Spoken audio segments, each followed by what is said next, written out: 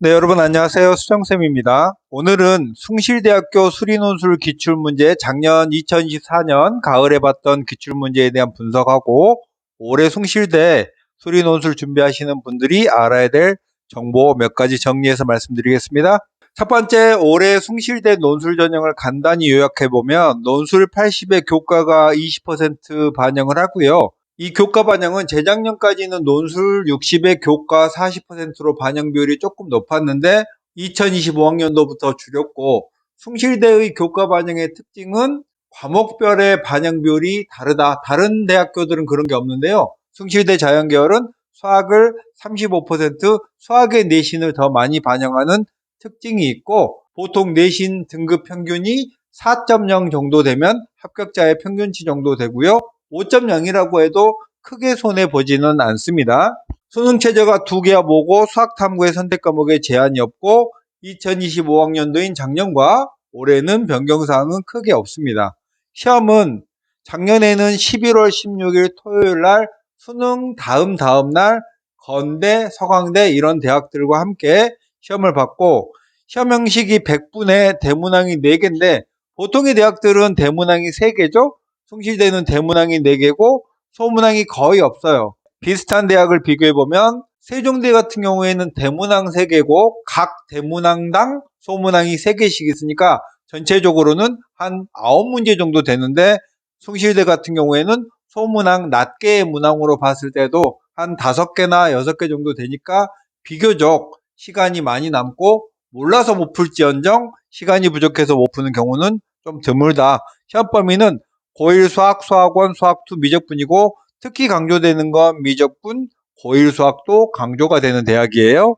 자, 그럼 최근에 시험의 출제 단원은 2024학년도에 출제됐던 건 숭실대는 고1 수학을 직접적으로 대문항 4개 중에 하나 정도는 출제하는 대학입니다. 그리고 미적분까지만 출제하다 보니까 최근에 2024학년도, 2025학년도 모의논술, 그리고 작년 기출에서 경우의 수를 3번이나 연속 출제했고요. 숭실대 논술의 특징은 조금 약해요. 다른 대학에 비해서 숭실대만의 독특한 특징은 없는데, 주로 수학2나 미적분에서 미분 접근과 관련된 응용 단원을 많이 내고 고1 수학도 한 문제 정도 낸다. 이런 것 정도를 숭실대의 특징이라고 말할 수 있을 것 같고요. 이 앞에 바로 출제했던 기출문제에서는 고1 수학의 간단한 경우의 수와 함수의 개수를 구하는 이런 단원을 냈는데, 요건요 교과 과정 안에 이런 어떤 개념적인 문제나 공식을 이용한다기보다는 그냥 수학 밖에서 여러분이 어떻게 이 상황을 해석하고 경우를 차분하게 세워나갈 수 있느냐, 이런 것들을 묻는 문제고, 상위권 대학들은 수능 과정 이외에 논술의 추론 능력을 묻는 문제들의 형태로 이런 걸 출제하고요. 그리고 수학2와 미적분에서는 그래프와 연관된 이런 문제들을 출제하는데, 이런 내용들은 세종대 같이 초월함수의 그래프를 좋아하는 대학에서 유사한 문제들을 많이 출제합니다. 그래서 숭실대 출제 경향을 깔끔하게 요약 정리하면 점점 건대와 논술 문제가 비슷해져 간다라고 판단됩니다. 무슨 얘기냐면 건대는 대문항 4개에 소문항이 거의 없게 100분의 시간이니까 한 문제당 25분씩의 시간을 쓸 수 있는 그런 진검승부형 그런 논술이라고 볼 수 있습니다. 여러 개의 문제가 있어서 빨리 많이 풀어야 되는 게 아니라 시간은 충분하고 문제 수는 적으니까 한 문제를 깊이 생각할 수 있는 이런 형태고, 최근에 건대와 더욱더 비슷해져 가고 있다라는 느낌이 들고요. 두 번째는 네 문제 중에 한 문제 정도는 추론하는, 즉 실생활적인 상황에서 여러분이 경우를 어떻게 셀 건지 이런 문제들을 최근에 많이 관심을 갖기 시작하고 있다. 그리고 그 이외에도 고1 과정의 평면좌표, 직선, 원, 경우의 수, 유무리 함수, 이 고1에 보통 하편이라고 하는 단원의 내용들을 많이 출제하고 있다라는 거고, 그리고 나머지 문제들은 수투나 미적분에서 주로 조금 더 관심 가는 대학이 미적분에서 그래프의 활용 문제들을 주로 출제하는 대학입니다. 내용 자체로 보면 수능과 비슷한 형태인데 다만 문자가 조금 많고 계산 과정이 상당히 복잡하고 한 문제 정도는 꽤나 어렵게 그 문제가 아마 합격의 열쇠를 쥐는 변별력 문항이라고 예상이 됩니다. 그러면 숭실대 논술 준비는 어떻게 할까?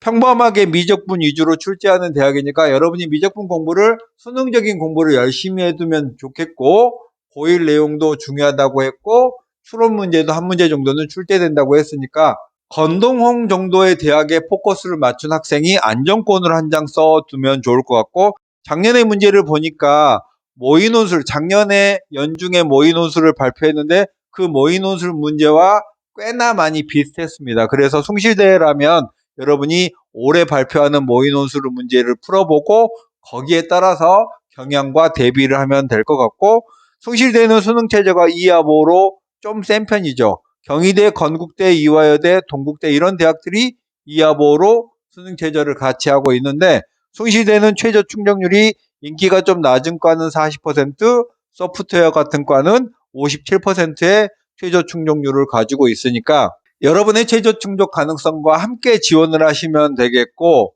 이제 여러분이 숭실대를 지원할까 말까 고민을 많이 하시잖아요. 숭실대는 정시로 자연계열 기준으로 국수탐의 100분위가 84에서 85% 정도 되는 요 정도쯤의 대학이에요. 여러분이 9월 모의평가에서 요 정도에서 좀 못 미친다 하면 숭실대 지원하면 딱 좋을 것 같고, 보통 건동홍에 눌려서 숭실대는 학생들이 많이 관심을 갖지 않는 듯한데 실제로 경쟁률은 은근하게 센 대학입니다. 비교적 논술 문제가 어려운 듯 하면서도 수능의 과정 안에 한 7, 80%가 있고 고1 내용이 살짝 섞여 있으니까 수학을 잘하면서 다른 과목이 약한 학생이라면 숭실대 한번 노려볼 만하다고 저는 생각이 들어요. 자, 그럼 숭실대 정리하겠습니다. 건대와 논술 문제가 비슷하다. 대문항 4개의 소문항이 없이 충분한 생각할 시간이 있다. 고1 내용도 하나 정도는 출제한다. 미적분 중심의 수능적인 함수의 그래프와 연관된 활용 문제를 주로 출제한다. 이 정도가 숭실대의 핵심 포인트였습니다. 마치겠습니다. 수종쌤이었습니다. 안녕.